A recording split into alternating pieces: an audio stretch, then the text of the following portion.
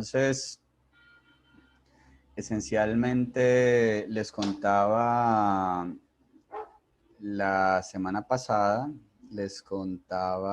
voy a colocar por acá en el escritorio, voy a crear una carpeta semillero y entonces en la sesión que tuvimos en diciembre, espero que ojalá la tengan presente.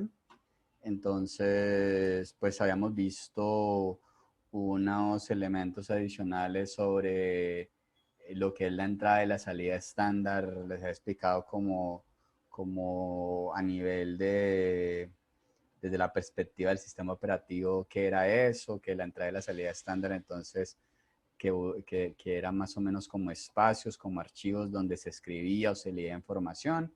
Les había mostrado entonces que uno podía redirigir lo que se colocaba por entrada estándar o lo que se escribía en la salida estándar y que lo que se conoce como entrada y salida estándar pues es lo que se ingresa cuando estamos en la línea de comando, o sea, lo que normalmente haríamos con un input en Python. Entonces es lo que es abrir, digamos, un espacio de lectura en la entrada estándar.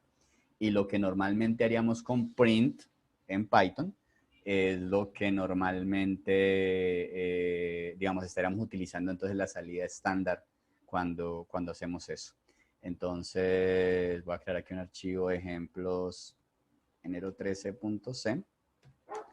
Y entonces les había mostrado entonces algunas cositas adicionales sobre esto de entrada y salida estándar y hemos empezado a trabajar en líneas generales lo que era 6 semanas. Ese día les había indicado, digamos, los aspectos generales de lo que tiene que ver de lo que se entiende como un lenguaje compilado, lo que se entiende como un lenguaje interpretado. Entonces les había mencionado que Python es un lenguaje interpretado y que C y C++ son lenguajes compilados. Les había explicado que esencialmente, pues para tratar de entender qué es eso de compilar y qué es eso de interpretar, entonces les decía que un símil lo hacíamos, o sea, si entendemos que los lenguajes de programación son lenguajes con los cuales nos comunicamos con la máquina, entonces para entender el proceso, la diferencia entre compilar e interpretar, podemos pensar en lo que haríamos si necesitáramos transmitirle un mensaje, comunicarnos con una persona que habla un idioma que nosotros no entendemos. Entonces en ese momento les hacía el símil con lo que ocurre si quisiéramos hablar, digamos, con una persona asiática y no sabemos nada de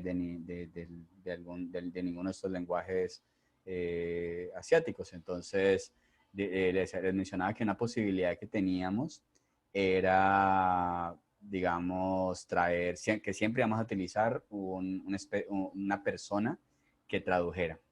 Pero entonces que había dos posibilidades con esa persona que hacía la traducción. Una posibilidad era que cada vez que queríamos decirle un mensaje a la persona asiática, nosotros le íbamos a decir al traductor, mire, este es el mensaje, y el traductor inmediatamente iba a traducir y iba a darle el mensaje en ese momento a la persona asiática. Entonces, si yo le quería decir a esa persona asiática, realiza esta tarea, entonces yo le digo eso al traductor y el traductor ahí mismo le daba el mensaje en su lenguaje a la persona asiática. Pero si tenía que darle una y otra vez el mismo mensaje, tenía que utilizar el traductor una y otra vez, a pesar de que fuera el mismo mensaje. Entonces, ese esquema les había dicho que era el esquema, que es lo que se conoce como interpretación. Entonces, la interpretación lo que se hace es tomar lo que se tiene en un lenguaje y traducirlo a otro lenguaje. Entonces, cuando nosotros tenemos un lenguaje interpretado, lo que se hace es que escribimos cosas en el lenguaje que se interpreta, digamos Python, y eso el interpretador de Python lo que hace es traducir lo que nosotros escribimos a instrucciones que entiende la máquina. Y cada vez que queremos ejecutar un programa en Python, el interpretador de Python procesa todo el programa, traduce todo el programa y produce las instrucciones en lenguaje máquina, que es lo que finalmente ejecuta la máquina.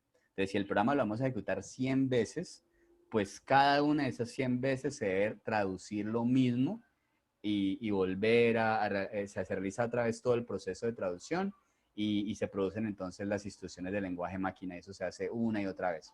Entonces, ese es un esquema. Y eso es lo que se conoce como el proceso de interpretación. Eso es lo que ocurre en un lenguaje como Python. Otro esquema posible es lo que se conoce como la compilación. En la compilación, haciendo el símil con el asiático que les mencionaba la otra vez, es como si trajéramos el traductor y al traductor le dijéramos, mire, le hiciéramos como un documento donde está lo que queremos, el mensaje que queremos transmitirle a la persona asiática, y el traductor lo que hace es escribirnos en una hoja la traducción en el lenguaje que habla la persona asiática. Y entonces nos escribe la traducción del mensaje que queremos transmitir. Nosotros recibimos esa hoja y entonces si nosotros queremos dar el mensaje al asiático, pues le pasamos la hoja al asiático. Y le pasamos esa hoja cada vez que queremos darle ese mensaje. Obviamente, si quisiéramos darle un mensaje diferente, pues tendremos que traer al traductor y decirle que nos escriba la traducción de ese mensaje diferente en otra hoja. Y entonces tendríamos muchas hojas con los diferentes mensajes que queremos pasar al asiático. ¿Cuál es la ventaja de esa posibilidad? Que si queremos una y otra vez pasar el mismo mensaje, pues no necesitamos el traductor siempre. Con que el traductor lo haya hecho una vez y nos haya dejado la hoja con el mensaje escrito, pues podemos pasar ese mismo mensaje una y otra vez, ¿sí? Entonces, ese proceso, si volvemos al lenguaje de programación, es lo que se conoce como compilar. Cuando se compila, uno escribe código en un lenguaje. Entonces, por ejemplo, 6C++. Entonces, cuando nosotros escribimos nuestro programa en 6C++, nosotros lo pasamos al compilador. Lo que hace el compilador es devolvernos un programa y ese programa es un programa que ya tiene las instrucciones que entiende la máquina. Entonces, lo que nosotros hacemos es ejecutar ese programa en la máquina y la máquina lee ese programa y ejecuta lo que dice allí. Entonces, ese programa es lo que llamamos un archivo ejecutable y ese ejecutable lo ejecutamos una y otra vez mientras queramos que la máquina haga el mismo trabajo. Si queremos cambiar el trabajo que debe hacer la máquina, pues tenemos que volver a compilar, o sea, tenemos que llamar nuevamente al traductor para que nos genere el ejecutable y ese ejecutable luego se lo pasamos a la máquina. Y entonces eso así, grosso modo, es lo que tenemos en el proceso de compilación. Entonces 6C++ son lenguajes compilados. Entonces, esa diferencia entre compilación e interpretación está clara para todos.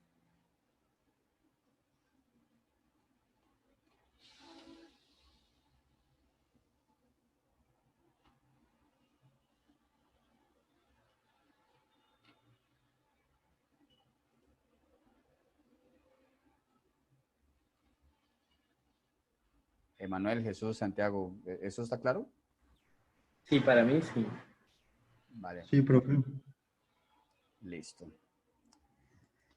Vale, entonces, eso digamos que luego, después de explicarles esta parte de interpretación, compilación, les indicaba en la sesión pasada, digamos, un primer acercamiento a escribir programas en 6C++. Entonces, lo que les decía era que, digamos, todo lo que se va a ejecutar en un programa en 6C++ va a estar dentro de una función que se llama main. Sí, todas las funciones en 6C++, en Python escribiríamos para cualquier función, escribiríamos def y el nombre de la función, digamos que la función se llame main, ¿cierto?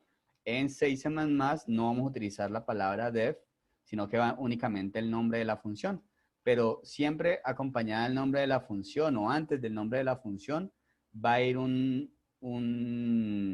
elemento que representa un tipo de dato.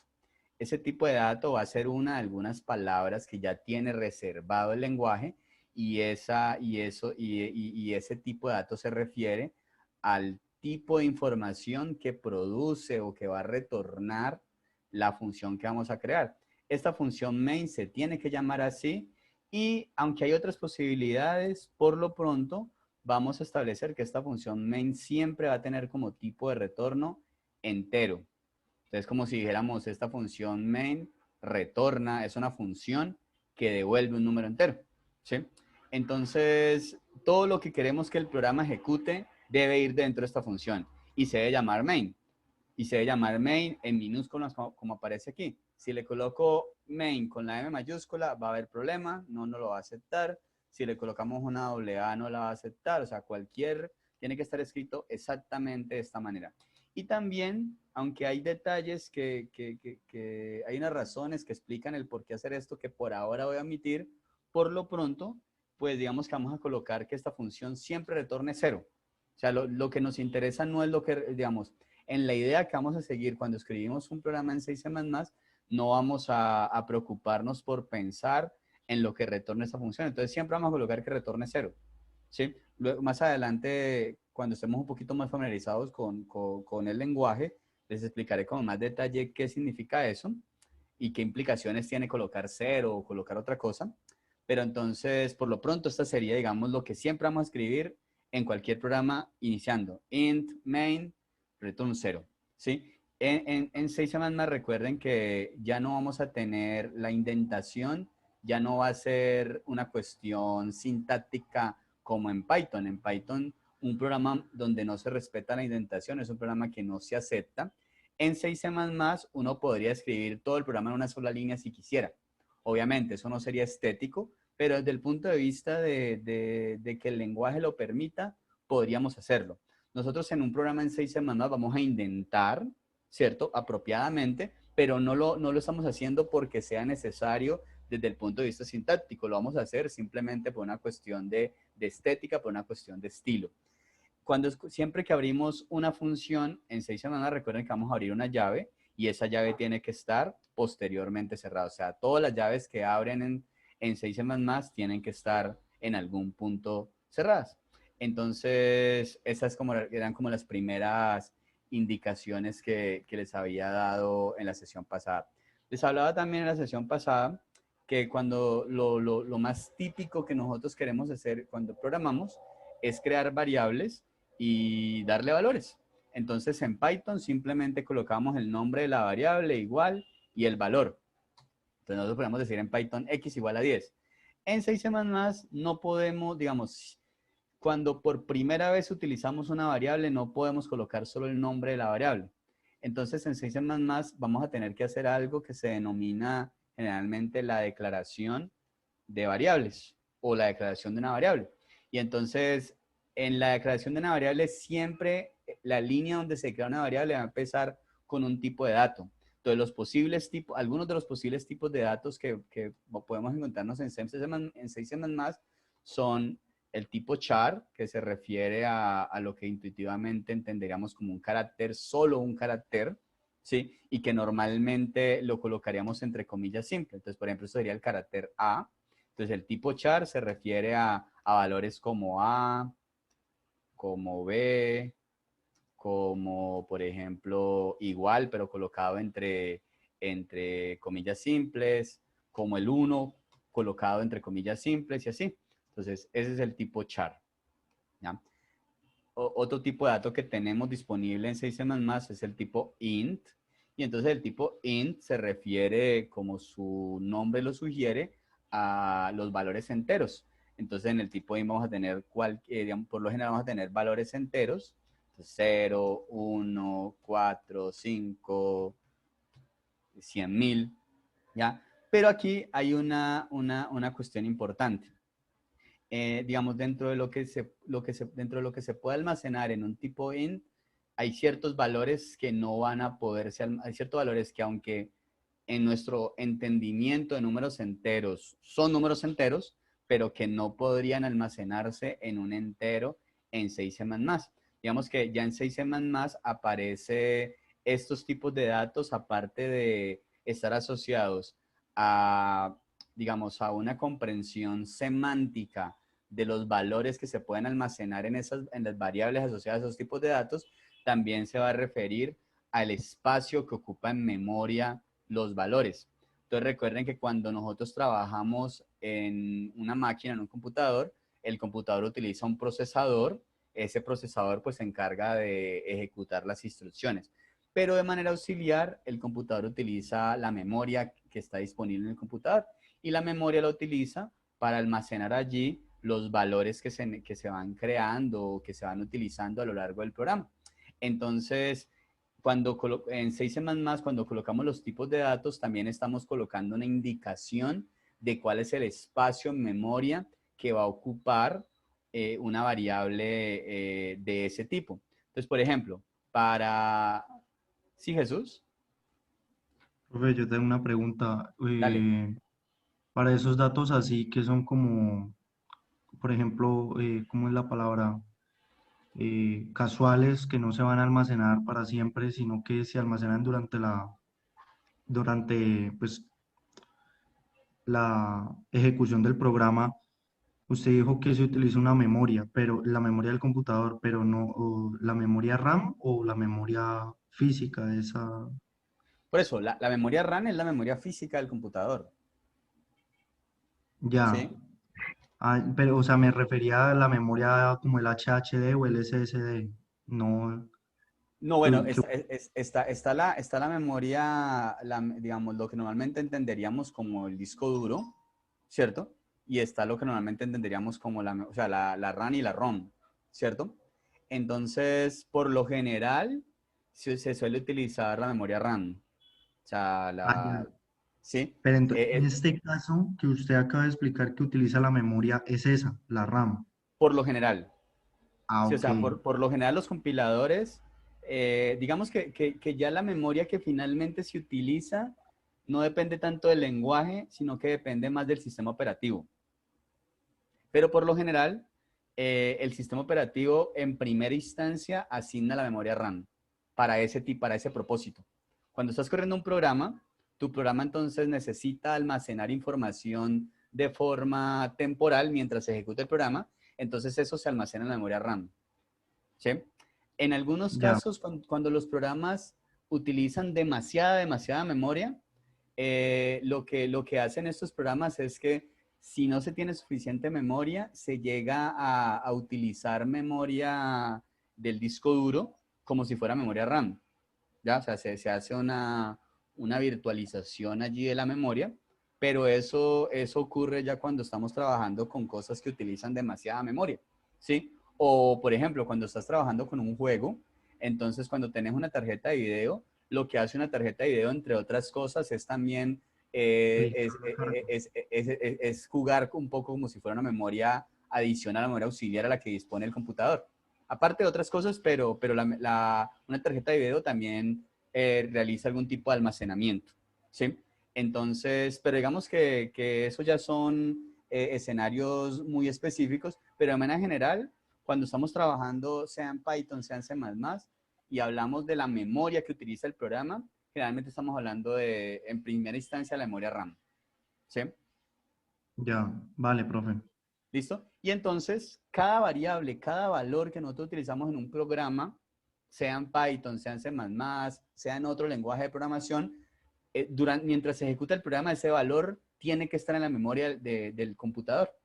Entonces, en Python, ese almacenar las variables en memoria ocurre de forma transparente para el programador. O sea, el programador no tiene que estar pensando, no tiene que estar diciendo de qué tipo tienen que ser las variables. O sea, por eso en Python podemos decir x igual a 10. Él internamente tiene que decidir, el interpretador de Python tiene que decidir que como esta variable le va a almacenar un 10, pues necesita que esta variable en memoria ocupe el espacio de un número entero. Pero el programador en Python no se tiene que preocupar de eso. Eso lo hace automáticamente el interpretador. Sí, o sea, el interpretador de Python se encarga de hacer eso. Pero todos me están escuchando, es que aquí me pareció como si hubiera tenido un bajonazo. Sí, profe, se Sí, trabó un profe, poquito, pero se escuchó. yo te escucho Vale, bien. Yo listo, también. vale. Vale, perfecto. Entonces, en Python el programador no tiene que preocuparse de lo que ocurre con la memoria, al menos explícitamente, al menos no mientras se está escribiendo su programa. En 6 semanas sí, y esa ya es una diferencia trascendental, grandísima, entre programar en Python y programar en 6 semanas. Por el manejo de memoria es que después de aprender un poco más de 6 semanas, segura, o mientras usted está aprendiendo 6 semanas, de repente uno va a decir, pero 6 semanas son lenguajes más complicados que Python, porque en 6C++ es necesario que el programador se preocupe por la memoria. Entonces, la primera preocupación que tiene que tener el programador con la memoria en 6C++ es que a todas las variables tiene que indicar cuál es su tipo de dato. Entonces, cuando indica su tipo de dato, le está diciendo, es una marca que le dice al compilador, mire, para esta variable necesito que utilice tanto espacio de memoria. Cada tipo de dato tiene asignado un espacio de memoria. Entonces, por ejemplo, un carácter en Python, perdón, en 6C++, por lo general utiliza un byte de memoria, ¿sí? Entonces esencialmente, todos están familiarizados con lo que es un byte, con lo que es un bit y todas las demás medidas, ¿cierto? Sí, profe. Sí, más o menos, sí. Entonces, ¿cuántos bits tiene un byte? ¿Recuerdan? Uf, creo que no son como 8. 8 bits, ¿sí? Entonces, ¿qué pasa? ¿Recuerdan todo lo que es un bit? Un bit es simplemente un 1 o un 0, ¿sí? Entonces, cuando yo digo que una variable ocupa en memoria un byte, estoy diciendo que ocupa en memoria 8, o sea que eso quiere decir que el valor que se va a almacenar en memoria es una secuencia de ceros y unos que utiliza como máximo 8 ceros, o sea, 8 dígitos, ¿sí? O sea, entonces, básicamente, si yo tengo disponibles 8 bits, ¿qué valores? Yo los valores disponibles que tendría sería tener 8 ceros, tener 7 ceros y un 1, y bueno, y todas las posibles combinaciones de ceros y unos que tienen 8 elementos, ¿sí? Entonces, realmente, si nosotros hiciéramos transformáramos cada uno de estos números, lo transformáramos a un número entero, esto nos daría que los valores numéricos van desde 0 hasta 255. O sea, desde 0 hasta 2 a la 8 menos 1 perdón, hasta 2 a la 8, que es 250, bueno, pues sí, desde hasta 2 a la 8 menos 1, o sea, hasta 256 menos 1, que es 255. Entonces, esencialmente esto es lo que ocurre con los caracteres. En memoria ocupan un byte, en memoria ocupan 8 bits, ¿sí? Entonces, cuando escribimos en C++ que una variable tiene tipo char, estamos diciéndole al compilador que reserve para esa variable un espacio en memoria de un byte. ¿Listo? Si habláramos ahorita de los enteros, cuando hablamos de los enteros, entonces ya en lugar de hablar ahora de un byte, estamos hablando de 4 bytes. Entonces, si hablamos de 4 bytes, esto quiere decir que tenemos entonces 32 bits. Y entonces significa que los enteros en memoria se van a almacenar como secuencias de ceros y 1 que tiene como máximo 32 dígitos. Entonces van a estar secuencias que tienen 32 ceros o algunos ceros, algunos 1, pero siempre como máximo 32 de ellos. Entonces cualquier secuencia de ceros y unos que ocupe, o sea, que tenga 32 elementos, va a caber dentro de un espacio de memoria de tipo entero. Entonces, cuando nosotros le decimos al compilador, mire, voy a crear una variable de tipo entero, le estoy diciendo, mire, en memoria reserve un espacio de 4 bytes, ¿sí? Luego entonces aparecen otros tipos de datos, aparece lo que se conoce como el tipo de dato float. En el caso del tipo de dato float, bueno, el tipo de dato float es un tipo de dato que está presente en el lenguaje, aunque, y permite, como su nombre lo dice, permite almacenar valores flotantes, o sea, valores decimales.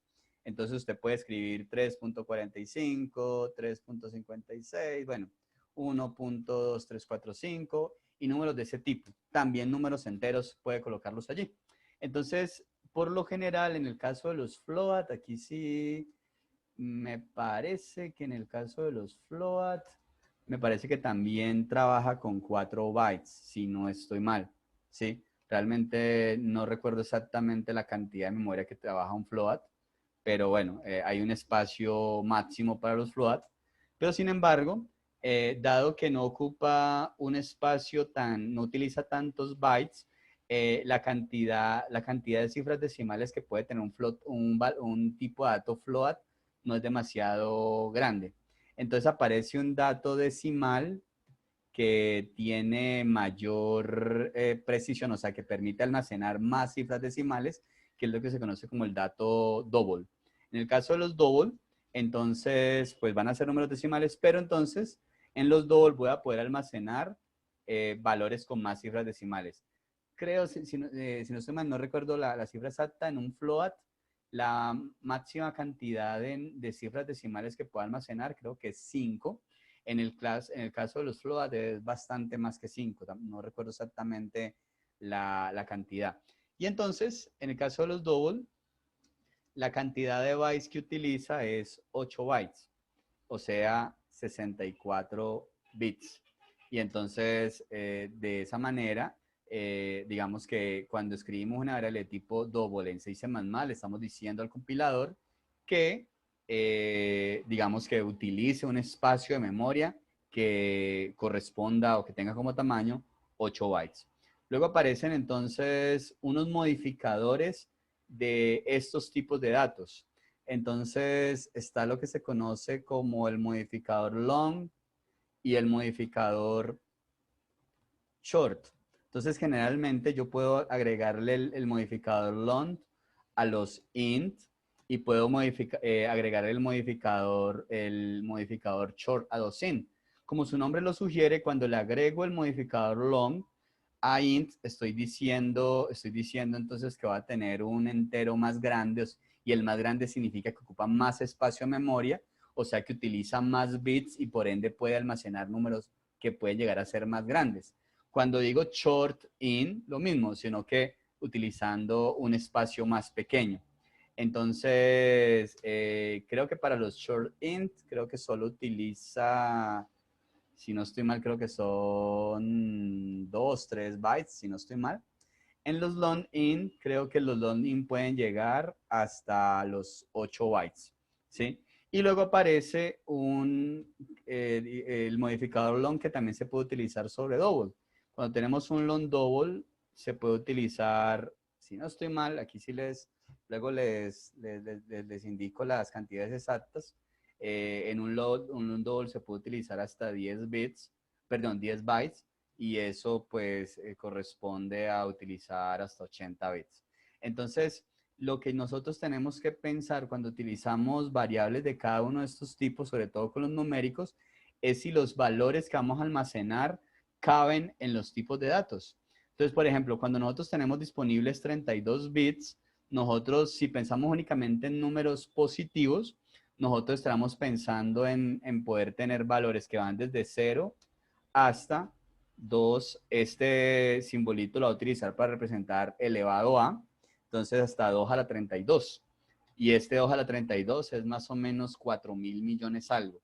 Cuando uno considera el signo, o sea, que tenga signo positivo o signo negativo, entonces uno puede almacenar valores que vayan desde menos 2 a la 31 hasta 2 a la 31. Y esto es más o menos desde menos 2.000 millones, 2.100 y pico de millones, hasta más 2.100 y pico de millones, ¿sí? Algo similar ocurre con los flotantes, ¿sí? Y ya con los modificadores long y con los modificadores short y ese tipo de cosas. Luego veremos un poquito más en detalle esto y les daré con más precisión estos límites. Les decía, les pido excusas por el problema con la conexión. No sé realmente qué habrá pasado. Entonces les contaba, básicamente Sí, entonces cuando... ¿Sí? ya habías explicado lo de los enteros, hasta qué dígitos, o sea, hasta qué números tomaba, pero no alcanzamos a escuchar la parte de si se tomaban dígitos negativos. Listo, entonces les decía entonces que cuando nosotros trabajamos un entero, entonces tenemos disponibles 32 bits. Entonces, los valores que vamos a poder colocar en variables de tipo entero van a depender de si consideramos el signo o no. Entonces, si no consideramos el signo, o sea, si los asumimos todos como positivos, vamos a poder almacenar valores desde 0 hasta 2 a la 32, que es más o menos 4.200, 4.300 millones, algo así. Si consideramos el signo, entonces cuando se considera el signo, se tiene que almacenar el signo del número en uno de estos bits. Entonces, por eso, los números que vamos a poder almacenar van desde menos 2 a la 31 hasta 2 a la 31, que es más o menos desde menos 2.100 y pico de millones hasta 2.100 y pico de millones. ¿Sí? Si necesitamos almacenar un número más grande que eso, entonces probablemente vamos a tener que utilizar un long int, donde vamos a poder utilizar hasta 8 bits, hasta 8 bytes, por ende 64 bits. Pero si ya el número que necesitamos es tan grande que ni siquiera cabe en 64 bits, o sea, en un long int, pues ahí hay otras cosas que hay que hacer que ya requieren, digamos, otras estrategias, que luego les contaré un poco qué alternativas hay, pero digamos que por lo pronto, digamos que lo importante es entender, digamos, qué tan grande pueden llegar a ser los valores que podemos almacenar en las variables en 6 más dependiendo de su tipo. Entonces, en cuanto a los double, en cuanto a los valores flotantes, pues digamos que también algunas cifras decimales se utilizan, o sea, se tienen más bits disponibles, entonces algunos de esos bits se utilizan para cifras decimales, otros bits para cifras enteras. Entonces digamos pero digamos que la consideración sigue siendo la misma, que hay que tener en cuenta entonces que no podemos pensar en que tenemos un número decimal con una cantidad exorbitante de cifras decimales. Entonces, sin embargo, para muchas aplicaciones prácticas vamos a tener números de 10, 15 cifras decimales y eso para muchas aplicaciones prácticas va a ser suficiente. Entonces, luego, en la medida que vayamos haciendo programas y cosas, les iré contando un poco más de esas implicaciones con respecto a los valores que se pueden almacenar, pero entonces es importante tener en cuenta que cuando indicamos que una variable es de tipo entero, float, double y así, digamos, estamos especificando también algo en memoria. Estamos diciéndole al compilador, mire, la memoria que necesitamos debe ocupar este espacio. Entonces, si nosotros vamos a... bueno, aquí también otra cosa que no sé si les había comentado, en C++, digamos, podemos hacer comentarios de una sola línea, los podemos hacer en Python, se hacía con numeral y luego el comentario. En 6 se hace con doble slash. O sea, colocamos doble slash y después todo lo que está después de ese doble slash va a ser un comentario. ¿Sí? Entonces, esta es una de las formas de hacer comentarios. La otra forma de hacer comentarios, que es para hacer comentarios de varias líneas, entonces lo hacemos con el slash asterisco para abrir y asterisco slash para cerrar, y todo lo que esté en las líneas entre esta apertura y este cierre, pues el lenguaje lo va a coger como si fuera un comentario. ¿Listo? Entonces, digamos, a nivel de la declaración de variables, entonces siempre en la declaración de variables va el tipo de dato y luego va el nombre de la variable. Entonces podemos decir int a. Si queremos que sea la única variable, entonces ahí finalizamos, pero siempre todas las instrucciones van a terminar en punto y coma. Entonces nosotros podemos declarar varias variables en una línea. Para declarar varias variables en una línea, pues vamos a colocar entonces las variables separadas. Si queremos que todas las variables sean enteras, las podemos declarar en una sola línea y las vamos a separar por comas, A, B y C. Podemos tener también en líneas separadas. Podemos tener en una línea A, B y C, en otra línea E y F, ¿sí? Y podemos entonces también darle un valor inicial a la variable en la misma línea donde la declaramos. Cuando tenemos una declaración de una sola variable, perdón, entonces decimos el nombre de la variable igual el valor y punto y coma. Si tenemos varias variables, podemos algunas inicializarlas, algunas no, todas como queramos. Entonces podemos decir int a igual a 5, b no le damos valor inicial y queremos que c sea igual a 1000, por ejemplo. ¿Sí? Entonces esa sería la forma o lo que podemos hacer cuando declaramos variables. Así como declaramos valores enteros, podemos declarar valores flotantes. Entonces Podemos declarar valores decimales.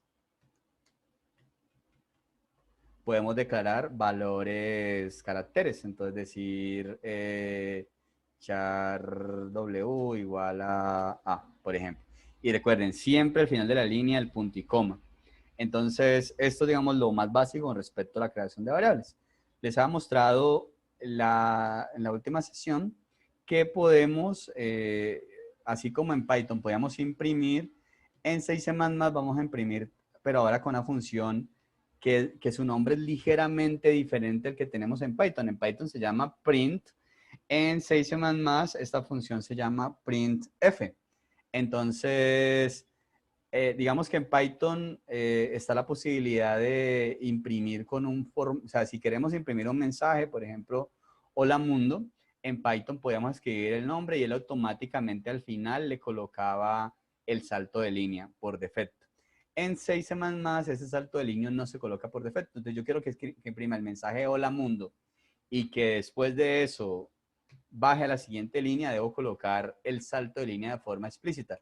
Y para colocar un salto de línea colocamos /n.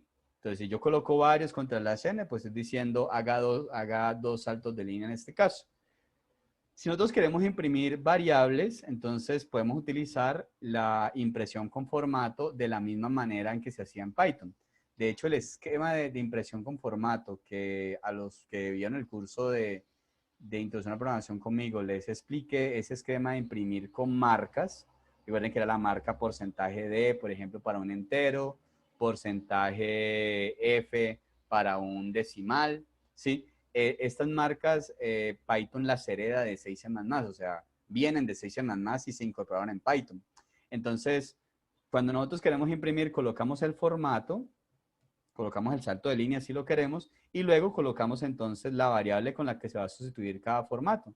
Nosotros vamos a decir, mire, este primer porcentaje de lo sustituimos por X, este segundo porcentaje F lo sustituimos, por ejemplo, por Y. ¿Qué va a pasar? Cuando colocamos F, él solo va a aceptar valores de tipo float. Si queremos imprimir un valor de tipo double como este R, vamos a tener que colocar no F, sino LF. Y entonces aquí podríamos colocar R, ¿sí? Entonces aquí estaremos imprimiendo en una línea el valor de X, luego un espacio y luego el valor de R. Luego veremos un poquito más, pero con respecto a esto de imprimir, pero digamos que todo lo que se podía hacer en la impresión con formato de esta manera en Python, se puede hacer también en 6C++. Entonces, esto con respecto a la impresión de datos. Y les había entonces indicado también que así como en Python teníamos que colocar, por ejemplo, import para decir, por ejemplo, mat, import mat, en Python, en 6 semanas también hay que importar. En Python recibe el nombre de paquetes o de módulos. En 6 semanas recibe el nombre de bibliotecas. Digamos, el nombre correcto es biblioteca. Algunas personas le dicen también librería. Sin embargo, pues generalmente viene del inglés library y library en inglés es biblioteca.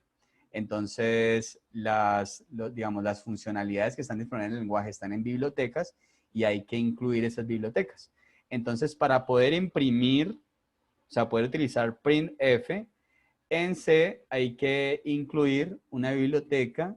Entonces, para colocar la inclusión de una biblioteca hay que colocar siempre numeral, luego la palabra include y luego entre menor y mayor que va a ir el nombre, perdón, de la biblioteca. Entonces, para poder leer e imprimir la biblioteca que tenemos que incluir es la biblioteca stdio.h. O sea, hay que escribir exactamente esto, ¿sí? Esta es la biblioteca de entrada y salida estándar para C. Entonces, para poder utilizar este printf, tenemos que colocar este include stdio.h. Entonces, recuerden que en el proceso de compilación nosotros, colocamos gcc, el nombre del archivo que queremos compilar, y -o con un nombre que le queremos dar al archivo ejecutable que se produce como resultado de de la compilación. Entonces, digamos que queremos llamar ese ejecutable etc. Entonces, él realiza el proceso de compilación. Si no aparece ningún mensaje es porque todo salió bien. Y después de eso, él genera un archivo que en ese caso se llama etc. Ese archivo es el que tenemos que ejecutar para visualizar lo que hace el programa. Para ejecutar de línea de comando, recuerde que se coloca ./etc. Y entonces, en este caso, imprimiría el mensaje hola mundo, luego un salto de línea, luego otro salto de línea, por eso que aparece esta línea en blanco, porque aquí se colocaron dos saltos de línea, y luego en una sola línea se colocaría el valor de X, que es 10, y el valor de R, que es 1.23.44. Por defecto, se imprime con 6 cifras decimales, entonces por eso aquí aparece 1.234400, ¿sí? Al igual que como se hacía en Python, uno podía incluirle aquí cuántas cifras decimales se quieren imprimir. Por ejemplo, para decir que se quieren 3 cifras decimales, sería porcentaje.3LF. Y entonces si volvemos a compilar y a ejecutar, pues ahora observen que iríamos 1.234 y ahora digamos que solo aparecen, como lo habíamos indicado, únicamente 3 cifras decimales. Entonces, teníamos también que podemos crear funciones, funciones auxiliares, que las funciones auxiliares pues tienen un nombre, tenemos por ejemplo función, pero siempre tienen un tipo de retorno. Entonces, el tipo de retorno va a ser alguno de los tipos de datos disponibles en el lenguaje. Y bueno, hay más tipos de datos, estos son los tipos de datos básicos, luego veremos algunos tipos de datos adicionales. Igual que como se hacía en Python, las funciones pueden recibir parámetros. En Python solo escribimos el nombre de los parámetros. En 6C++, para cada parámetro hay que indicar cuál tipo va a tener. Entonces, por ejemplo, podemos decir que recibe un entero, que luego recibe otro entero y que recibe un decimal, ¿sí? Y entonces el contenido de la función se coloca entre una llave que abre y una llave que cierra. Y aquí iría el cuerpo de la función donde se esperaría que eventualmente haya una línea donde se realice un return y que ese return tenga un valor que sea un valor de tipo entero, como se ha indicado aquí. Entonces nosotros podemos, por ejemplo, crear una variable res y decir que res va a ser igual a A más B y colocar acá esta función únicamente retorne lo que sea res. O por ejemplo, nosotros podríamos incluir algo que tenga un condicional. Entonces les había mencionado, entonces podríamos decir, mire, el valor de res inicialmente es 0. Y les ha mencionado que para colocar condicionales, colocamos, igual como se hace en Python, if, que colocamos, es necesario colocar entre un paréntesis que abre y un paréntesis que cierra la condición. En Python no era necesario colocar esos paréntesis. Y entonces aquí en 6C++ sí es necesario. Y entonces aquí decimos la condición. Nosotros podemos decir, mire, la condición es que si t es menor a 5, perdón, si t es menor a 5.6, haga tal cosa. Entonces todo lo que va a hacer se coloca entre una llave que abre y una llave que cierra. Entonces aquí podemos decir, mire, si t es menor a 5.6, haga que a sea igual a b.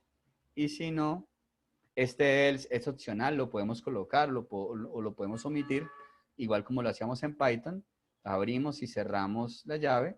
Y si no, podemos decir res igual a 1, por ejemplo. Y este es un programa muy sencillo, pero aquí tendríamos el uso de condicionales.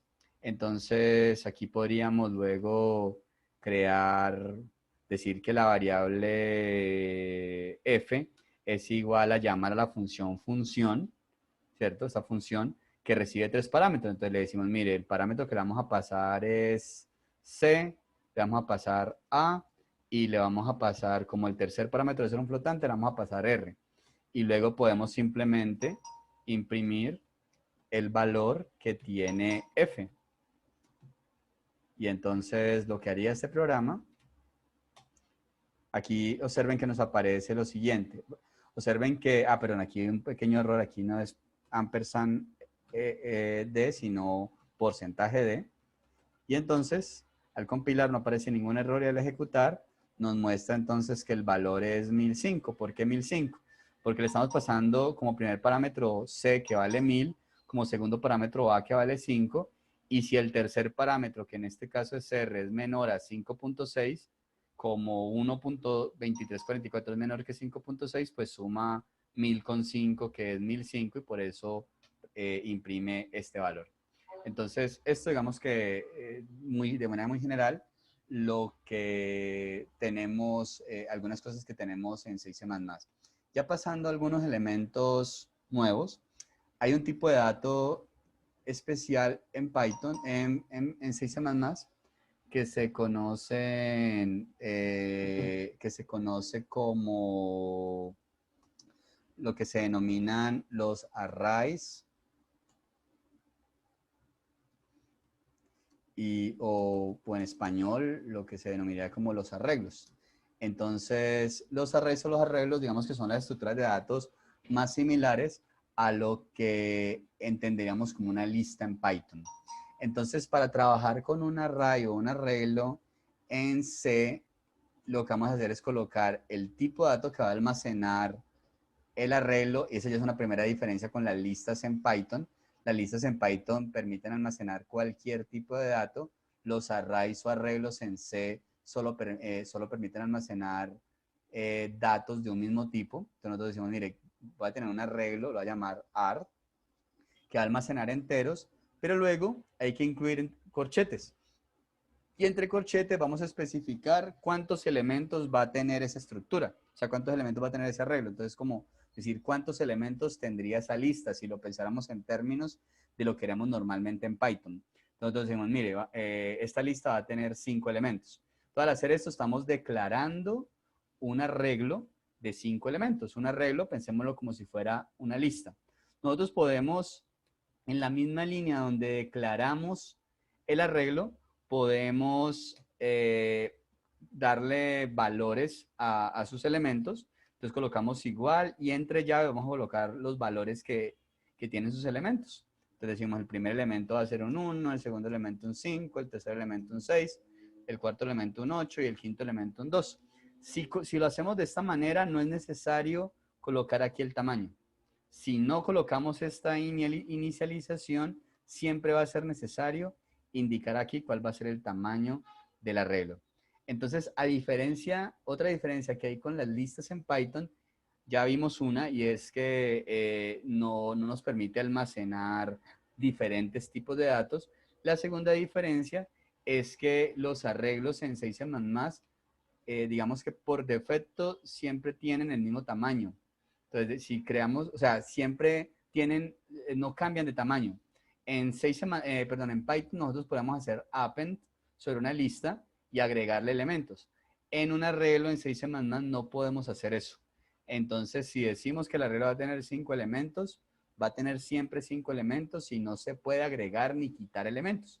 Entonces, esa es una diferencia. Entonces, aquí creamos un arreglo de 5 elementos que va a tener en este caso los valores 1, 5, 6, 8 y 2. Ya el uso de los arreglos es muy similar a lo que pasa en Python. Entonces, en Python, si nosotros queremos, por ejemplo, cambiar el valor de un elemento de una lista, nosotros colocamos el nombre de la lista, entre corchetes el índice. En 6C++ es exactamente lo mismo. Colocamos el arreglo y entre corchetes la posición. Entonces, si queremos cambiar la segunda posición, pues decimos AR en la posición 2. Podemos decirle, mire, a eso que hay allí, súmele. Entonces recuerden que eso lo que significa ser más igual. Súmele, por ejemplo, 3. Entonces lo que uno esperaría es que la posición 2 del arreglo se le sume 3. Y entonces en la posición 2 del arreglo originalmente tendría un 6. Entonces sabríamos que después de hacer esto, la posición 2 del arreglo tendría un 9.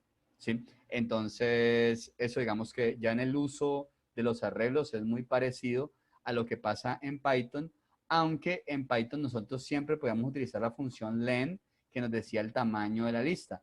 En 6C++ no tenemos forma, no tenemos una función. Bueno, hay una función, pero no es una función que tiene muchos condicionantes y por eso no se suele utilizar mucho. Entonces, por eso, por lo general, no tenemos un mecanismo directo que nos permita saber cuál es el tamaño de un arreglo. Nosotros vamos a saberlo aquí porque nosotros lo creamos y sabemos que su tamaño es 5, pero no tenemos forma de tomar la variable AR y hacer como hacíamos en Python de decir len de AR para saber cuántas posiciones tiene el arreglo.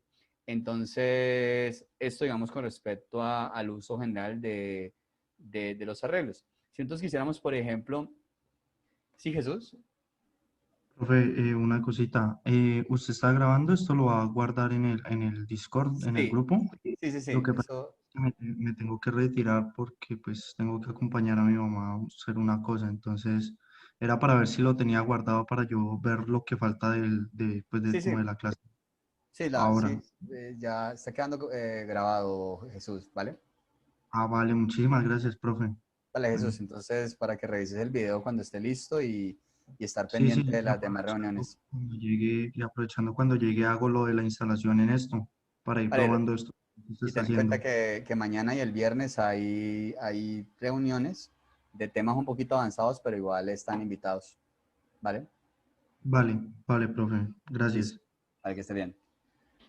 Listo, entonces, continuando. Entonces, por ejemplo, si nosotros quisiéramos, qué sé yo, por ejemplo, imprimir los valores que están en el arreglo, nosotros podemos utilizar un ciclo.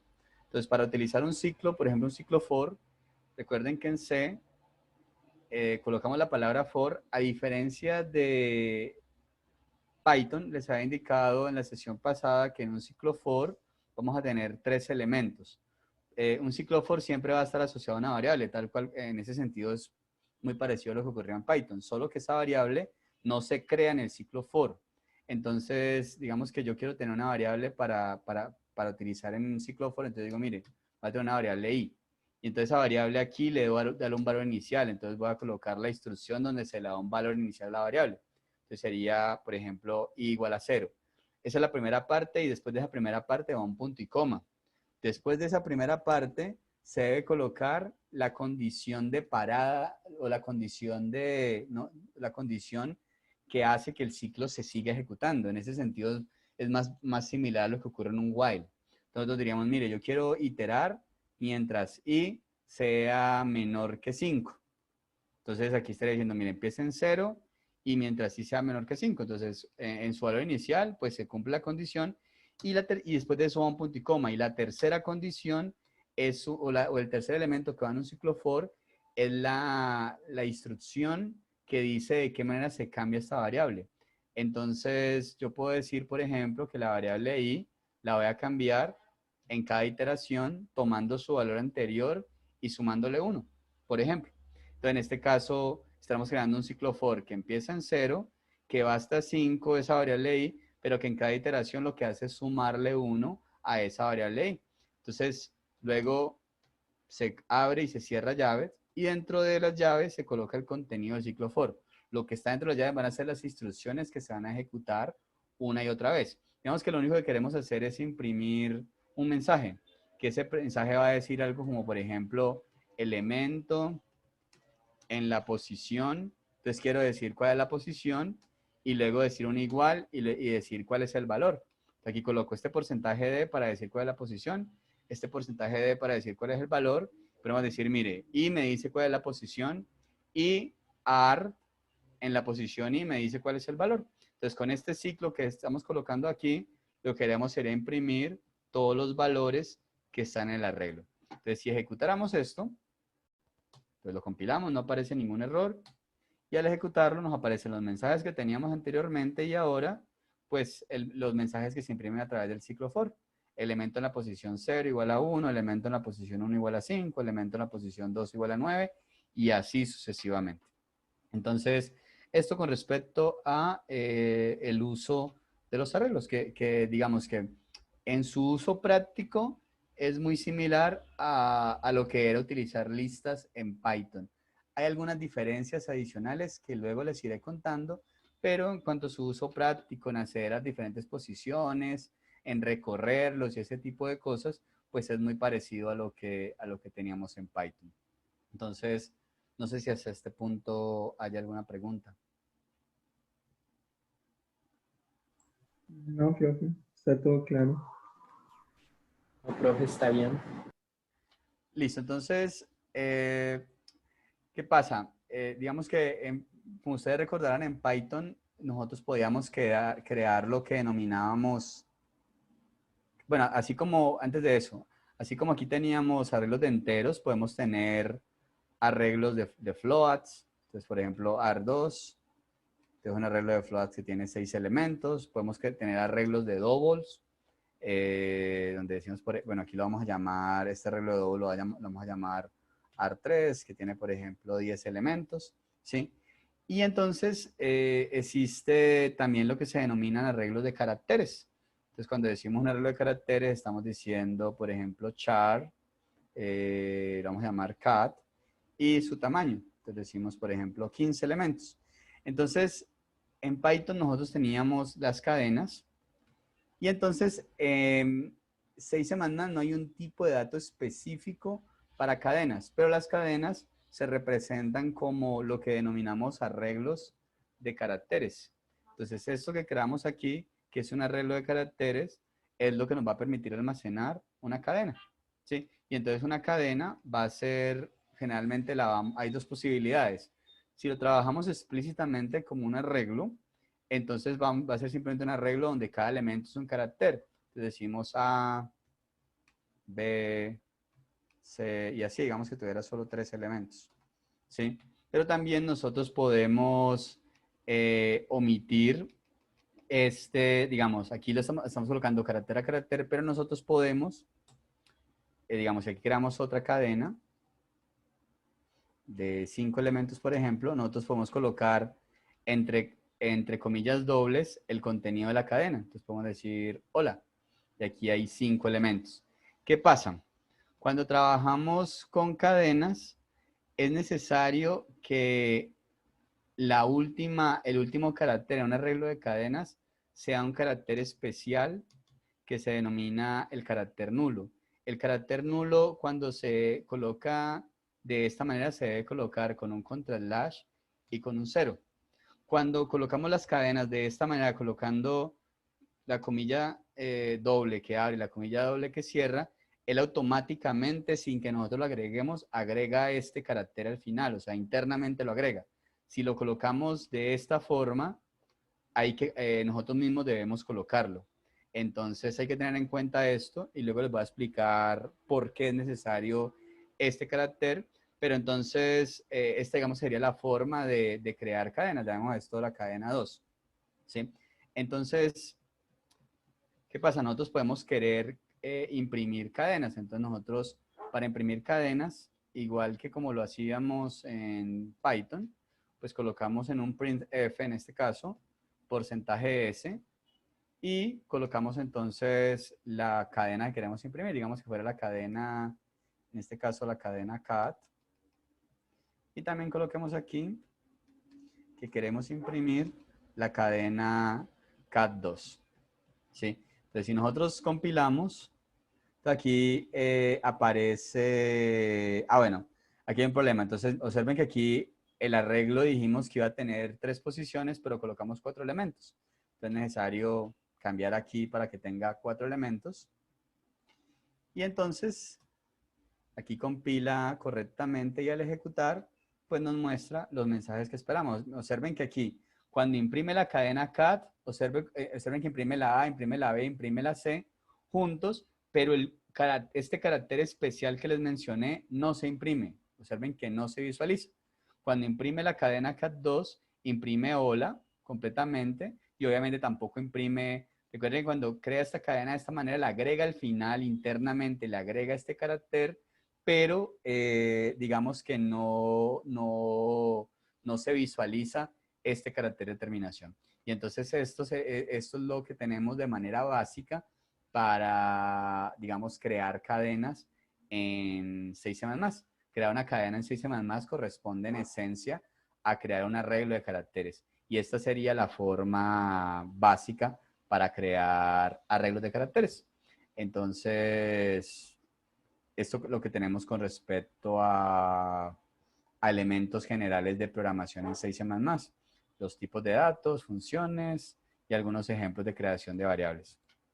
Y en este punto voy a introducir un elemento adicional que es importante entender desde el punto de vista de funcionamiento del lenguaje, aunque en la práctica solo es necesario entenderlo, aunque no vamos a tener que enfrentarnos tan explícitamente a lo siguiente. Entonces, ¿qué pasa? Y aquí voy a utilizar la pizarra. Entonces, cuando nosotros ejecutamos un programa, lo que hace el sistema operativo, si yo tengo un programa cualquiera, yo tengo mi programa se llama Etcd. Entonces yo digo, bueno, permítanme agrandar un poquito esto. Entonces, pensamos que yo tengo un programa Etcd y ese programa lo ejecuto. Entonces digo /etcd. Entonces, pensemos que ese programa fuera este programa que tenemos aquí. Entonces, lo que hace el sistema operativo cuando va a ejecutar este programa es que el sistema operativo le asigna a ese programa una memoria. Entonces, le dice, mire, a ese programa internamente va a utilizar una porción de la memoria RAM de la cual dispone el computador. Entonces, dependiendo de la máquina y del compilador, la cantidad de memoria que por defecto asigna, pues va a depender. Puede ser unas cuantas megas, puede ser un poco más, ¿sí? Pero entonces le asigna un espacio fijo de memoria. Entonces, en este espacio fijo de memoria, este programa va a almacenar los datos que utilice. Entonces, todas estas variables que este programa utiliza, las va a almacenar en la memoria. Entonces vamos a pensar en la memoria como si fuera una cajita. O sea, pensemos que fuera como esto que tenemos aquí. Y entonces, ¿qué pasa?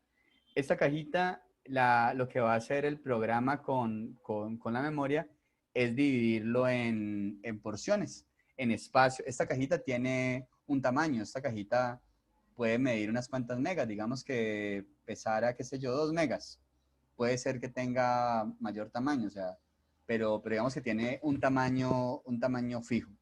Entonces, y esta cajita en memoria, digamos, si fuera 2 megas o n megas, las que sea, pues él las divide en bloques y cada uno de esos bloques pues corresponde a una parte de estas 2 megas. Recuerden que cuando hablamos de una mega estamos hablando de un megabyte, ¿cierto? Y que un megabyte pues en esencia son 1024 bytes y recuerden que cada byte corresponde a 8 bits. Entonces, lo que hace el programa es esta memoria, entonces la va a ir dividiendo para ir almacenando los valores que se necesitan acá. Entonces, cuando él dice, mire, estoy creando una variable A de tipo entero. Entonces, cuando él dice que está creando una variable A de tipo entero, pues él lo que hace en esta cajita es tomar un recuadro que tenga tamaño, él crea un recuadro aquí que pese exactamente lo que pesa un entero. Entonces, como los enteros habíamos hablado que tienen 4 bytes, entonces pues él crea una cajita aquí que va a tener como tamaño 4 bytes. Asumamos que este cuadro que he creado aquí pues ocupa 4 bytes de todos los bytes que están disponibles en la memoria. Y entonces él lo que dice, él va a crear una asociación que establece que este espacio en memoria es lo que en el programa se va a llamar A y que inicialmente va a almacenar 5. Entonces lo que va a ocurrir es que él dice, mire, este espacio en memoria lo va a llamar A e internamente aquí tiene un 5. Él realmente no va a guardar un 5. Aquí coloco un 5 por propósitos de visualización, pero lo que va a guardar es una secuencia de ceros y unos que representa un 5. Y entonces pues sabemos que la secuencia de ceros y unos que representa el 5 sería un 1 seguido de un 0 seguido de un 1, ¿sí? Que es la representación en binario del número 5. Eso es lo que ocurre en la memoria real. Se almacenan unos y ceros. Para propósitos de visualización, pues no vamos a colocar la representación en binario, sino el valor explícito, el valor en notación decimal, que sería el número 5. Y va a crear una cajita del tamaño que corresponda para cada variable que se utilice aquí. Entonces, como aquí dice A, B, C e I, pues va a crear otra cajita también de 4 bytes para la variable B, luego otra cajita para la variable C, y así para cada variable. Cuando se encuentra una variable de otro tipo, por ejemplo, una variable double que ocupa 8 bytes, pues obviamente en la memoria de esa variable pues va a ocupar más espacio. Entonces, pero cada una de estas variables va a estar asociada a un espacio en memoria. El espacio en memoria va a depender del tipo de dato de la variable y va a corresponder a estos límites que les había indicado de manera general hace hace algunos minutos. Entonces, para cada variable va a crear un espacio en memoria. Nosotros, para propósitos de entender el funcionamiento o sea, como les acabo de indicar, en la memoria lo que ocurre es que cada variable va a tener un espacio del tamaño que corresponda según su tipo. Pero para propósitos de visualización, nosotros vamos a nivel del dibujito, de este dibujito, vamos a ignorar estos tamaños. Nosotros, en lugar de crear recuadros de esta manera, para hacer de pronto la visualización un poco más, si se quiere, más clara, nosotros, en lugar de pensar en el tamaño exacto que tiene, nosotros simplemente vamos a pensar que vamos a dividirlo como en filas. Entonces nosotros decimos, mire, en la primera tenemos aquí entonces, permítanme, lo coloco por acá. Entonces tengo aquí esta primera fila, que es la primera variable que creé, esta segunda fila, que es la segunda variable que creé, esta tercera fila va a ser la tercera, luego la cuarta, y así para todas las variables que tengo en mi programa. Entonces voy a tener muchas filas como estas. Obviamente, cada variable ocupa un espacio específico en la memoria. Sin embargo, para propósitos de este gráfico, pues vamos a utilizar indistintamente las casillas como si el tamaño no importara, solo para no complicarnos con dibujar casillas de mayor tamaño, de menor tamaño. Y entonces lo que él hace, a medida que va creando variables en su programa, pues va asignándole a cada cajita en la memoria, le va asignando la variable. Entonces dice, la variable A corresponde a este espacio. La variable B corresponde a este espacio, que esta fue la variable que creamos aquí. Luego la variable C, luego la variable I. Pues por acá la variable C, luego por acá la variable I. Como aquí estamos indicando que el valor inicial de A es 5 y el valor inicial de C es 1000, entonces lo que él hace es que aquí coloco un 5 y acá en C coloco 1000. En las variables, para las variables que no les asigne ningún valor inicial, él puede que coloque aquí un valor que es un valor basura, es un valor que no representa nada. Entonces puede ser que aquí él coloque inicialmente algún valor cualquiera. O sea, el valor que tenga no tiene ninguna semántica, es un valor que por defecto coloca allí. Entonces puede ser que aparezcan valores que no signifiquen nada. Entonces por eso aquí como A sí tiene valor inicial va a aparecer un 5, como C tiene valor inicial va a aparecer un 1000, pero como B e I no tienen ningún valor inicial, entonces aparece un valor basura, un valor sin ningún tipo de semántica, como el que hemos colocado aquí. Luego, cuando bueno, aquí crea la variable E, la variable F, la variable X, entonces aquí en nuestro gráfico crearía más espacios de memoria.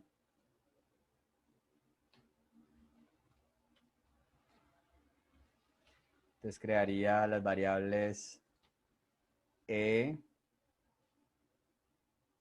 F, X. A esas variables, a X le dimos valor inicial, que es 10.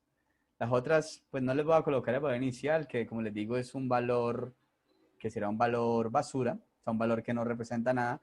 Luego creo una variable flotante. Aquí lo voy a colocar en una casilla arbitraria, pero obviamente el tamaño real de esta posición que es flotante debería ser mayor que el de los enteros. Entonces aquí crea Y sin valor inicial, luego crea R, y entonces crea aquí R asignándolo a esta posición con el valor 1.2344. Recuerden también que en la memoria real no se almacena el 5, sino que se almacena una secuencia de unos y ceros. Lo mismo para cada uno de estos valores. Y así hace para cada una de las variables que se crean en el programa. Entonces, ¿eso está claro para todos? Sí, profe. Sí, profe. Listo, entonces, en memoria también, cada una, entonces habíamos dicho, cada variable le va a corresponder un espacio que va a tener tanto tamaño como el tipo de dato de la variable. Entonces, y cada uno de esos espacios va a tener asignada una dirección. Entonces, la dirección va a ser, por lo general, la dirección en memoria. Las direcciones las direcciones de memoria se representan también como números, pero las direcciones de memoria por lo general se representan como números en notación hexadecimal, o sea, notación que utiliza base 16. Entonces, nosotros, digamos, al lado, en esta representación gráfica vamos a colocar acá, al lado derecho, lo que será la dirección de este espacio de memoria. Entonces aquí simplemente por convención vamos a colocar que, por ejemplo, esa dirección de memoria empieza en 0 y X, pero podría empezar en otros valores y que va a tener, entonces, por ejemplo, aquí, esta va a ser la dirección de memoria 0x001.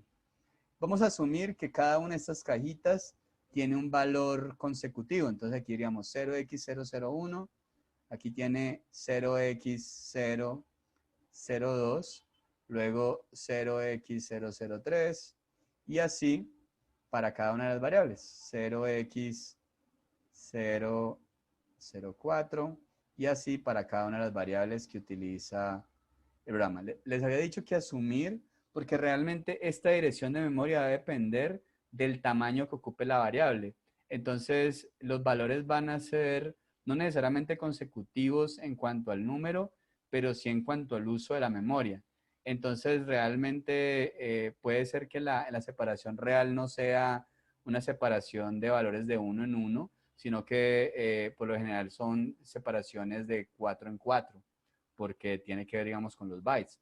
Entonces, sin embargo, por propósitos de simplemente de que el gráfico sea lo suficientemente intuitivo, podemos asumir que todas esas posiciones, pues que están que son, o sea, son posiciones consecutivas de memoria y asumimos que su dirección es consecutiva, aunque realmente su dirección no tiene que ser necesariamente un valor consecutivo, o sea, no tiene que pasar necesariamente de 0x001 a 0x002. Si en memoria son posiciones consecutivas, aunque su dirección no necesariamente está separado por uno. Aunque asumimos la simplificación de que gráficamente lo representamos con separación de 1. Y así para cada una de las posiciones disponibles en la memoria. ¿Sí? Entonces, esto es lo que va a ocurrir cuando creamos cualquier programa. ¿Listo? Entonces, ¿qué va a pasar? Voy a como a crear otro archivo diferente para luego compartirles este archivo que sin borrarlo. Te voy a crear acá, coloquémosle aquí 2.c. Y entonces voy a colocar en principio el include de stdio.h. Luego nuestro método main, que es el método principal. Y pensemos que tenemos tres variables, a, b y c. Por simplicidad, creemos las enteras y asumamos que vamos a tener un arreglo.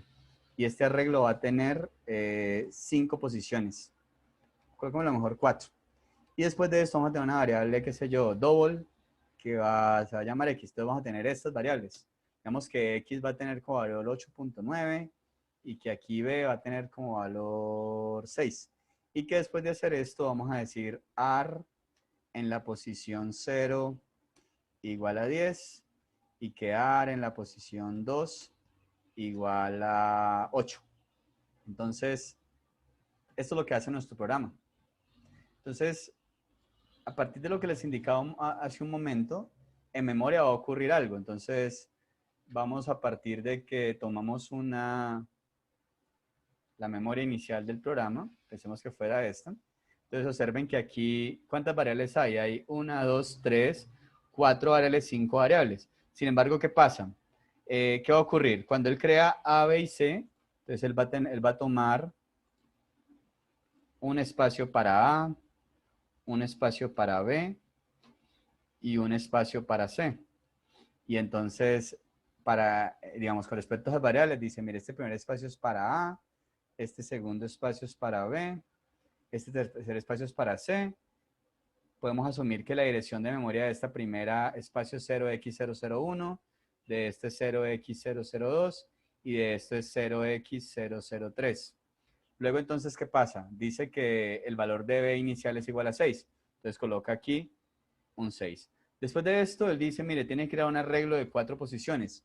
Cuando se crea un arreglo, lo que va a ocurrir en memoria es un poco más complejo. Entonces, ¿qué va a pasar? Él primero que todo va a crear una variable asociada, o sea, un espacio de memoria asociado a la variable. Entonces, a la variable AR le va a asignar un espacio en memoria. Le va a asignar aquí, por ejemplo, a esta variable AR, va a decir, mire, corresponde a este espacio en memoria, y este espacio en memoria pues tiene una dirección, 0x004. ¿Qué va a pasar? Observen que intuitivamente se dice que es un arreglo de 4 posiciones. Entonces lo que él va a hacer es, adicional a este espacio que guardó para la variable AR, va a tomar tantas posiciones como posiciones tenga el arreglo. Si el arreglo tiene 4 posiciones, entonces lo que él va a hacer es tomar 4 posiciones adicionales en memoria. Tomar una posición, 2 posiciones, 3 posiciones y 4 posiciones. De estas 4 posiciones que he indicado aquí van a ser, las crea cuando crea el arreglo. Entonces, bueno, realmente en virtud de la creación del arreglo creó un primer espacio de memoria asociado a la variable del arreglo y un espacio de memoria adicional por cada posición que tiene el arreglo. Entonces, en este caso creó 4 posiciones adicionales con estas direcciones de memoria. ¿Qué va a pasar? Realmente, y eso es algo que tienen que aprender y memorizarse porque es importante, realmente desde un punto de vista más explícito, va a haber un tipo de dato especial adicional a todos los tipos de datos que les he mencionado anteriormente. Antes les había mencionado los in, los float, los double, los char, ¿sí? Y les había mencionado los arreglos de ins, arreglos de float, arreglos de double, y así. Hay un tipo especial, importante, fundamental en 6C++ que no existe en Python para nada, que es lo que se conoce como un puntero, ¿sí? Entonces, es un puntero o un pointer, ¿cierto? Y entonces, un puntero corresponde a lo que también se denomina, o sea, otro nombre que recibe este tipo de dato es dirección de memoria. Entonces, estas 3 cosas son lo mismo. Un puntero, pues en inglés sería algo así como un pointer, y una dirección de memoria, ¿sí? Entonces, ¿qué va a pasar? ¿Qué es una dirección de memoria? Una dirección de memoria son estos valores en notación hexadecimal que les he mencionado aquí. O sea, una dirección de memoria es la dirección que tiene un espacio en la memoria del programa, ¿sí? ¿Qué es lo que pasa allí? Que esas direcciones de memoria, o punteros, o sea, es el nombre que se utiliza. O sea, cuando estamos hablando de un puntero, estamos hablando de una dirección de memoria. Cuando estamos hablando de una dirección de memoria, estamos hablando de un puntero. O sea, es un término que se utiliza para referirse indistintamente a lo mismo, ¿sí? A la dirección de un espacio en la memoria. Entonces, una variable de tipo puntero va a ser una variable que almacena posiblemente una dirección de memoria, o sea, un valor que corresponde a una dirección de memoria. Entonces, lo que pasa en 6C++ es que esos punteros, esas direcciones de memoria, se vuelven un tipo de dato dentro del lenguaje. O sea, yo puedo utilizar dentro del lenguaje variables que tienen como valor direcciones de memoria. Entonces, los valores que dentro del lenguaje tienen direcciones de memoria son lo que se conocen como punteros.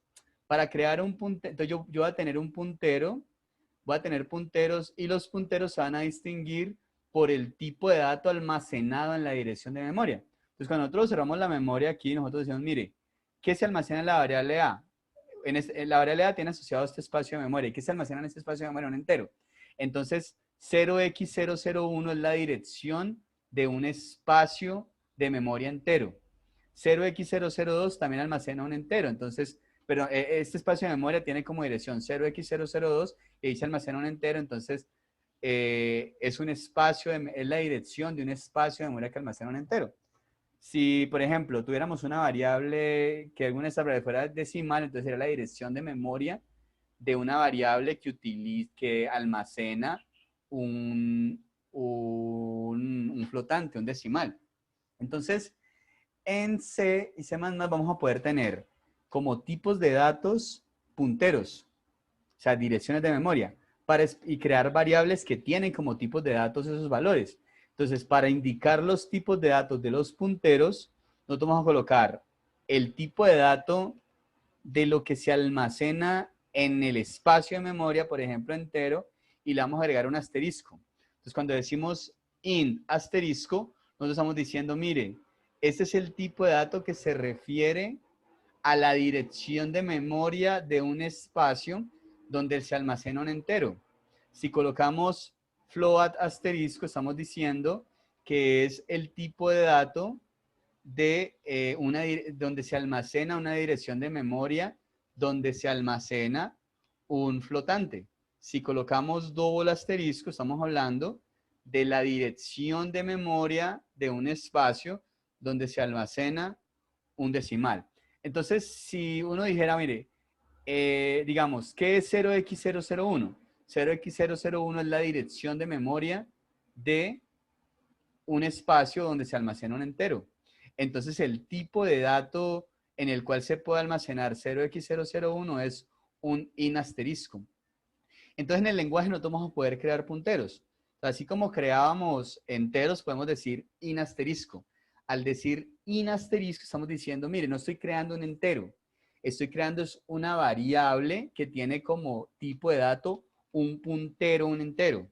¿Sí? Y entonces, de acuerdo a lo que les decía hace un momento, entonces estoy diciendo, mire, estoy creando una variable que va a almacenar o que va a tener como valores direcciones de memoria donde se almacenan enteros. ¿Sí? Entonces, al decir en asterisco T, estoy almacenando una dirección de memoria. O más bien, estoy creando una variable que va a almacenar una dirección de memoria. Es como si yo dijera, mire, esta variable va a almacenar 0x001. Entonces, es como si yo dijera, mire, esta variable T no almacena un valor de tipo entero, almacena un valor que corresponde a una dirección de memoria donde se almacena un entero. ¿Qué pasa? Yo aquí coloqué 0x001 como una suposición de que esa es la dirección de memoria donde se almacena A. Pero yo realmente, cada vez que se ejecuta el programa, se le va a asignar diferente memoria al computador. Entonces, la dirección de memoria que va a tener no va a ser siempre la misma. Entonces, yo no puedo saber a priori los valores explícitos de las direcciones de memoria. Pero entonces vamos a ver que existe un mecanismo para saber cuál es la dirección de memoria de una variable. Entonces, el mecanismo, yo de esa manera, aquí creo una variable t que va a almacenar un puntero entero, o sea, que va a almacenar la dirección de memoria de un entero. Entonces, si yo quiero darle valor a t, yo tengo que decir, yo no puedo decir t igual a 10, porque 10 no es la dirección de memoria de un número entero. 10 es un valor entero. Entonces, si yo quisiera darle a t un valor, entonces yo tendría que darle una dirección de memoria. Para obtener direcciones de memoria en 6 semanas vamos a utilizar el operador ampersand. Y el operador ampersand lo vamos a anteponer a una variable del tipo que queremos obtener. Entonces yo quiero saber la dirección de memoria de un entero, pues a ampersand le va a pasar una variable. Entonces va a decir ampersand a. Entonces cuando digo ampersand a, estoy diciendo, mire, tenga la dirección de memoria de a. Estoy diciendo ampersand a. Entonces en este esquema que tenemos aquí, la dirección de memoria de a sería 0x001. O sea que eso sería lo que almacenaría t. Pero en este caso, porque gráficamente dijimos que la dirección de memoria del espacio correspondiente a iba a tener esta dirección, ¿sí? Pero realmente en la práctica podría ser algún valor que no conocemos. Pero con ampersand a vamos a poder obtener esa dirección, ese valor. Y entonces en este caso vamos a almacenar en T esa dirección de memoria, ¿sí? Entonces, lo que vamos a entender como punteros van a ser se va a referir a un tipo de dato donde se almacenan valores que corresponden a direcciones de memoria donde se almacenan ciertos tipos de datos. Entonces, un puntero entero va a ser una dirección de memoria donde se almacena, o perdón, un puntero entero va a ser una variable donde se almacena la dirección de memoria donde se almacena un entero. Entonces, en este esquema, 0x001 es una dirección de memoria donde se almacena un entero, 0x002 es una dirección de memoria donde se almacena un entero, y así sucesivamente. ¿Hasta aquí está más o menos claro eso? Sí, profe, está claro. Sí. ¿Listo? Pues bueno, entonces, bueno, como para cerrar y ya continuaremos con esto en la próxima semana en la siguiente sesión.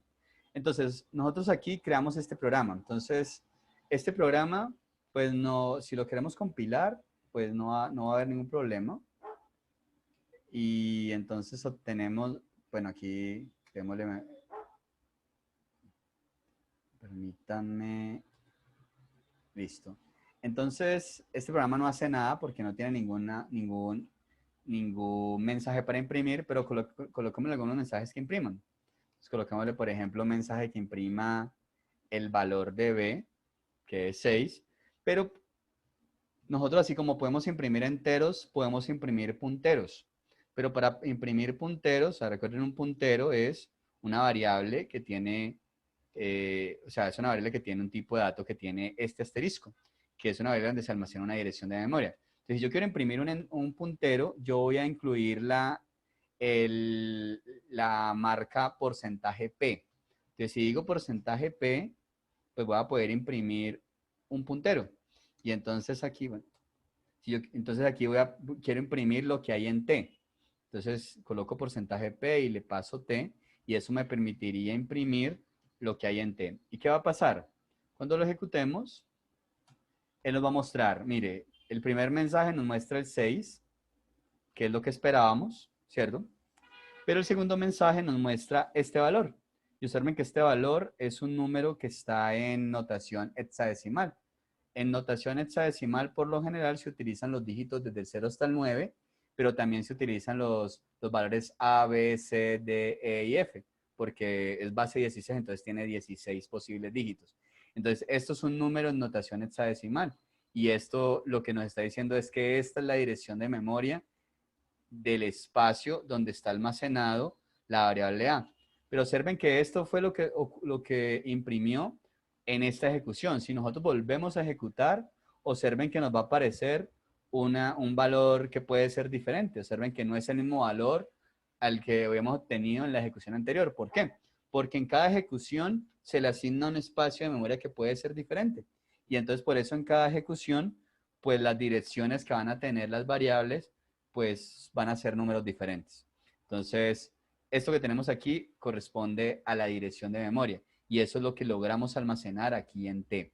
Si nosotros quisiéramos, por ejemplo, tener otra variable, digamos una variable S, ¿qué pasa con los punteros? Los punteros, aquí digamos que cuando declaré T, aquí coloqué in asterisco T, pero realmente sería más adecuado haber colocado in espacio asterisco T.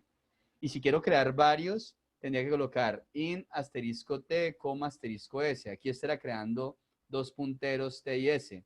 Si yo quiero en S guardar, por ejemplo, la dirección de memoria de B, entonces, pues haría esto.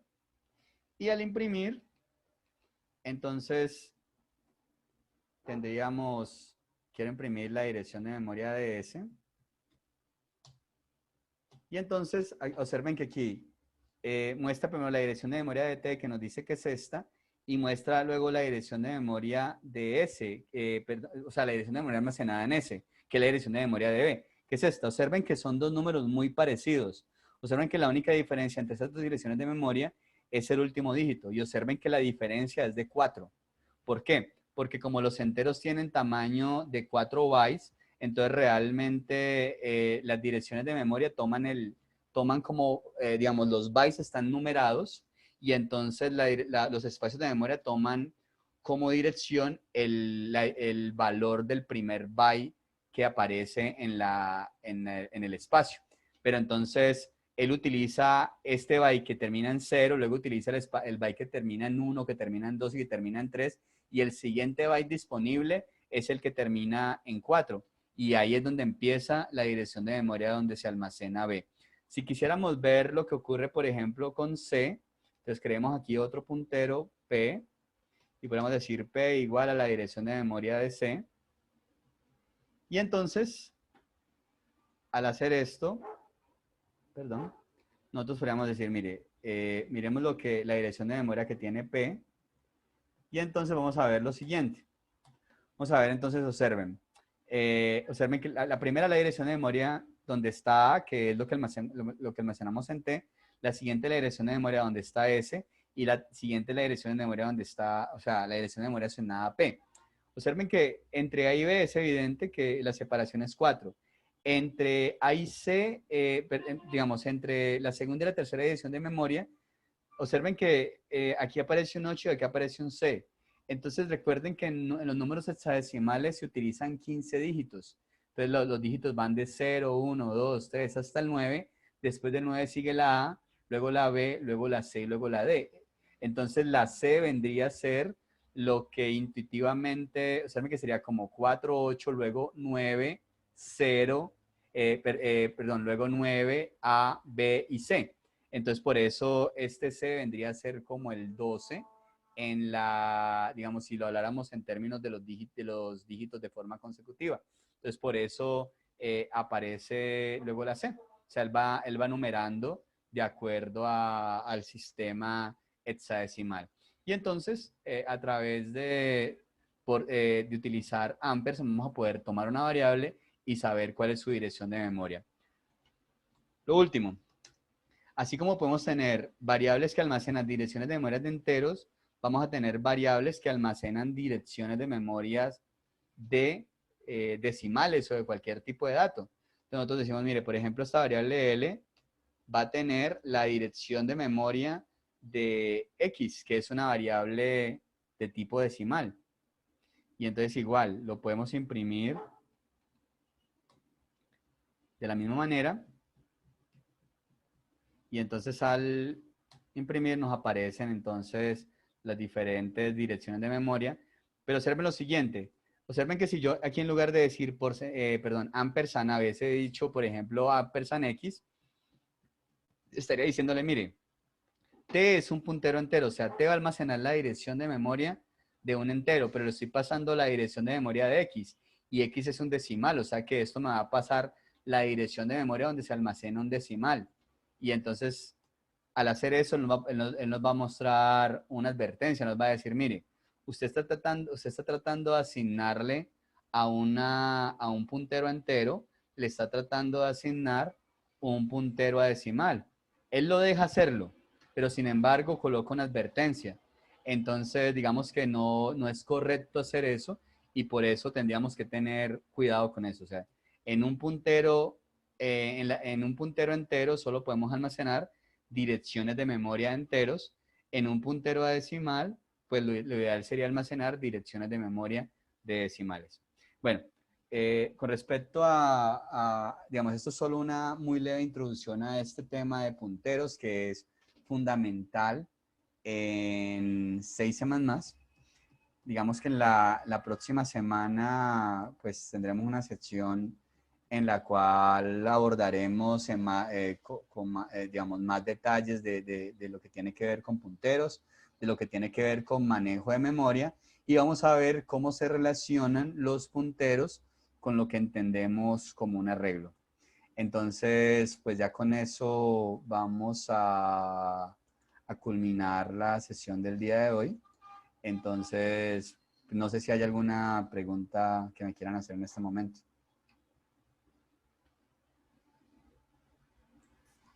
Profe, pues, bueno, no era como una pregunta, sino que, digamos, los punteros solo sirve como en la ejecución que se haga, porque pues si ya después va a cambiar, no se pueden utilizar esos anteriores.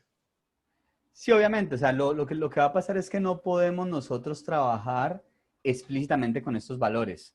Por eso siempre nunca vamos a colocar explícitamente direcciones de memoria acá. O sea, no podemos coger y decir, mire, voy a copiar esto y voy a decir que mi variable de acá, que esta variable va a ser igual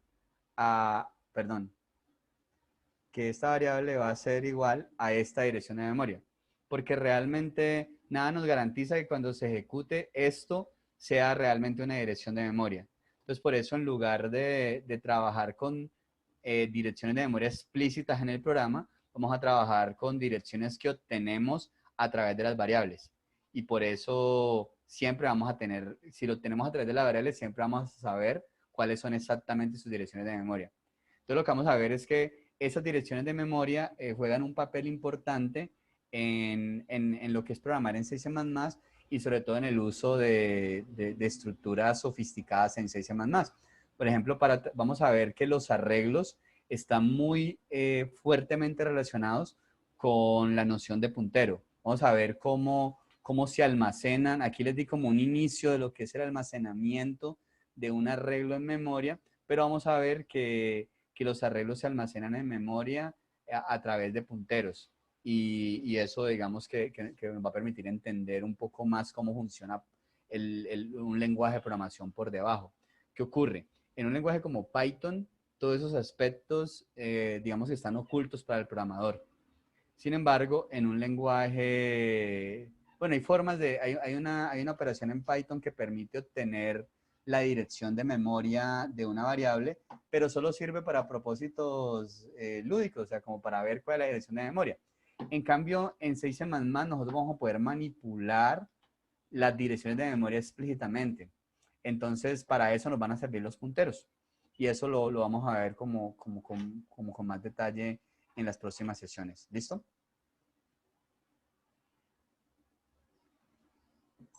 Sí, profe, ya, entendí. Vale. Entonces, ¿tienen hasta este punto alguna otra pregunta? De momento no, profe, todo está claro. Yo tampoco, profe, está bien. Vale, entonces, con esto vamos a dejar entonces la sesión del día de hoy allí. Les agradezco mucho por la atención y entonces espero que la sesión haya sido provechosa para todos. Entonces, bueno, entonces antes de terminar ya la reunión aquí en Zoom, pues, lo que quería era recordarles que el día de mañana hay una sesión también a las 3 de la tarde que va a estar a cargo de un estudiante, bueno, de Elkin, que ustedes lo conocen, que fue el monitor del curso de introducción a la programación. Y entonces Elkin va a explicar, pues, digamos, una técnica, pues es una técnica muy interesante, que es un poco avanzada, que se llama la transformada rápida de Fourier, que es una técnica, digamos, es una técnica que involucra unos conceptos matemáticos, pero que son muy útiles en la resolución de ciertos problemas computacionales. Entonces, pues igual están invitadísimos, digamos, a pesar de que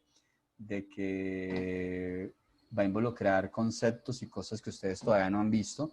Sin embargo, les puede mostrar perspectivas de hacia dónde vamos en esto de la programación. Entonces los puede motivar a ver de qué manera, para que vean que podemos hacer cosas muy interesantes. Entonces, pues ojalá puedan asistir. El día viernes también va a haber una sesión, esa sí va a estar a mi cargo, que es una sesión sobre grafos, sobre introducción a grafos. Entonces también es un tema que pues digamos, en la ubicación semestral ustedes verán en cuarto semestre. Sin embargo, que puede resultar interesante empezar a tenerlo allí y a entender cositas de ahí. Entonces, pues sería de pronto interesante que de pronto pues puedan asistir. Igual, pues de todas las sesiones van a haber videos, entonces pues igual ahí queda la invitación abierta para que si pueden asistan y pues estén pendientes de los horarios de la siguiente semana para continuar con los temas del día de hoy. Entonces, pues ya con esto culminamos lo del día de hoy. Les agradezco mucho por la atención y quedo atento a cualquier duda o comentario. Les dejo ahí la tarea de hacer la instalación y configuración de 6C++, digamos, ya empezar a meternos de lleno pues a programar en 6C++. Vamos a ver bien esto de punteros. Y una vez se vean punteros, ya de ahí para allá, pues sería tratar de ver muchas cosas más de programación. Entonces, pues espero que saquen el tiempito para hacer la configuración e instalación.